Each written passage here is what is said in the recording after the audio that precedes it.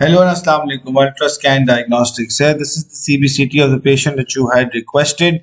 The area of interest is the lower left quadrant for implant placement. Now, on the panoramic view, you can very clearly see we do see a lot of these radio opaque debris, which can be a previous amalgam filling, which the patient might have ingested, or it could be external shrapnel from a previous injury. But we do see a lot of these radio opaque things along the patient's throat. We can even visualize them along the hyoid bone or the throat.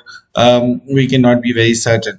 Now, for implant placement, we've actually placed two implants for the patient. These are 5 mm in diameter, and they are 9 millimeters in length due to the short height.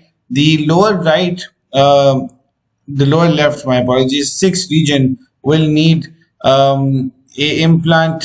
It will need grafting prior to implant placement because one, this area has this radio opaque debris. Along with that, the bone itself, there's a huge extraction socket which is not filled with any kind of bone. We do see a little bit of a radio opaque area here, but overall it's very radiolucent. So hence, in order to place an implant, a grafting procedure needs to be undertaken as soon as possible.